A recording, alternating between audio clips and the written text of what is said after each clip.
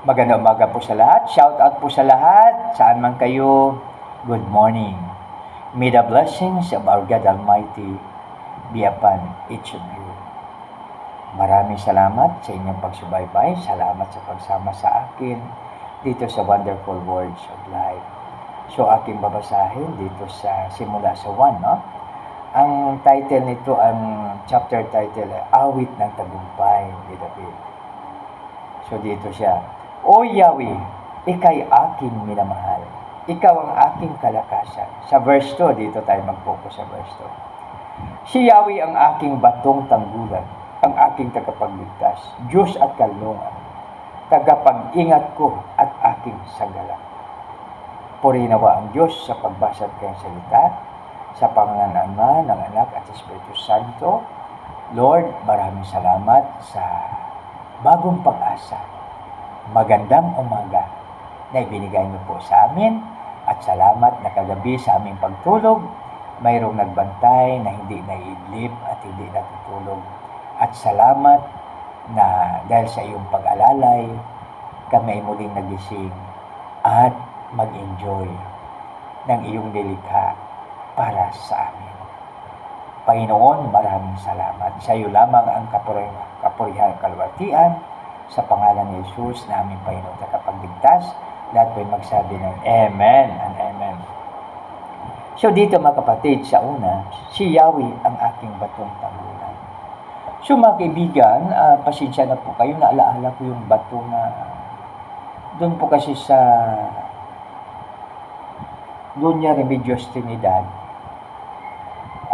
pinagkalooban po, bidlis po yung abang lingkod na magkaroon yun ng lupa, no? At doon sa pagpapala na yun, mayroong napakalaking bato. Grabe, parang ano siya mga kaibigan, parang pag-emission ko siguro, 10 by 10 feet, tapos napakataas. So, grabe mga kaibigan. So, hindi basta-basta, ang laki talaga. Kaya iniikot ko yun, tapos sabi ko, baka pwede lagyan ng parang bahay doon sa taas ng bato. Ang problema naman, kung magbagyo, baka tangayin siya, no? May bagyo, tatangayin yung ano na yun. Tatangayin yung ano man yung inilagay doon sa bato, no? Kaya sabi ko siguro sa gilid. Tapos kung halimbawa titingnan na kung saan yung maraming kahoy doon banda para may proteksyon sa hangin, no? Kasi ang lakas ng bagyo po kasi sa Bulacan. So pag halimbawa doon ang sentro, napakalakas talaga, no? So yan. So dito mga kaibigan, si Yahweh ang aking batong tanggulan. So sa lahat na kutang tanggulan, ang pinakamatibay ay ang kutang tanggulan ng ating Panginoon. Napakalakas talaga yan. Yun ang kanyang pagsya ang ating kutang tanggulan. Walang makapenetrate dyan. Walang inbensyon ng tao na makapenetrate doon. No? Kasi di ba nakita natin sa YouTube yung mga missiles ngayon, no? Na inatake yung Israel, inatake rin yung Iran dahil sa kanilang pagluluhan. So, anumang invention, hindi mag-atake, hindi makapenetrate doon sa kutang tanggulan ng ating Panginoon. No? Kaya, napakaganda na magiging refuge natin siya. No? So, yan. Tapos sa pangalawa dito, ang ating tagapagligtas. No? So, yan. So, tayo ay nangailangan tayo ng Savior. Ang Diyos ay Diyos pa rin kahit wala tayong mga tao. Subalit, pag wala ang Diyos, wala tayo. Kaya kailangan natin mga kapatid ang Diyos para siyang tutulong sa bawat isa sa atin. No? So, yan po mga kaibigan. No? Ang Panginoon natin talaga ang ating kailangan. Tapos, Diyos at kanlungan. No? So, siyempre siya ang ating kanlungan. So, yung masisiw, ang kanlungan nila ay ang kanilang inahing manok. Yung inahing manok, yung kanlungan. So, di ba yung inahing manok, no? Pag halimbawa may bagyo, sa ilalim ng kanilang pakpak, nagtatago yung mga sisiw, no?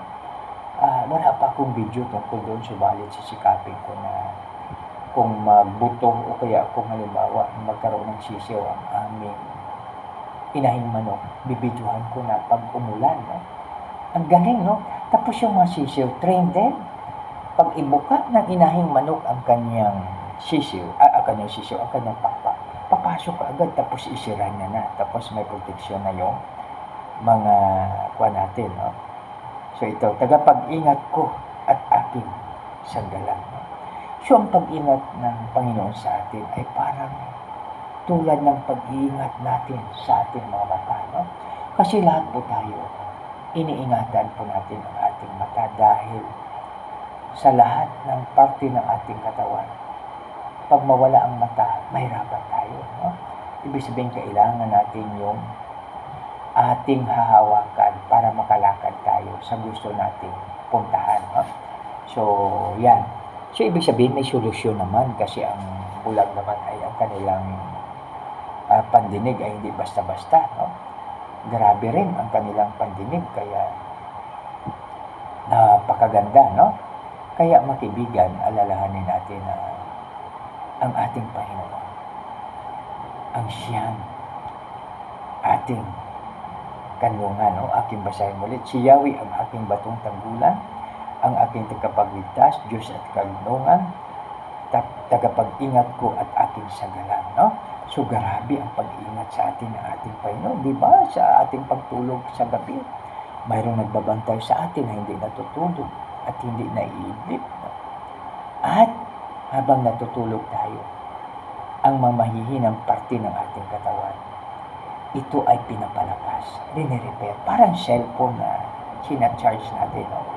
Kaya makibigan, hingi natin sa ating Panginoon na sa gabi, na sa ating pagtulog ay makatulog tayo na. Alam mo, kagabi makibigan, nag-pray po yung bangin ko na, Lord,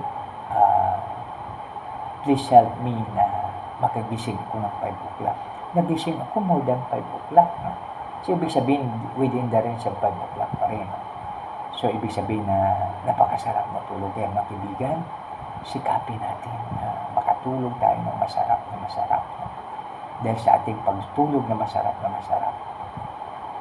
doon magkaroon tayo ng kalakasan upang magamit natin sa araw na yan na binigay ng ating Panginoon, na tayo ay makagawa ng ating tungkulin at makapaglingkod tayo sa ating Panginoong tagapagligtas.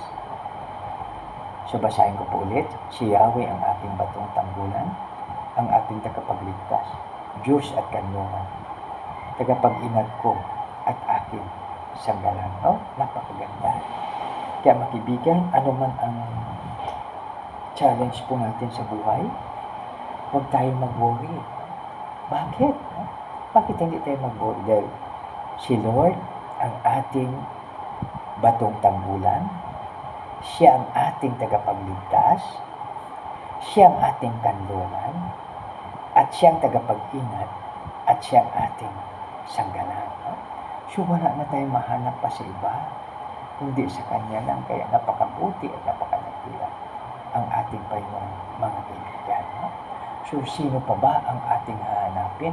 Dahil kay Lord, dito na lahat. Dahil siya ang source ng lahat ng bagay. No? Siya ang source, mga kaibigan, ng lahat ng bagay. Kaya mapalad tayo pag tayo po ay sa ating Panginoon. No?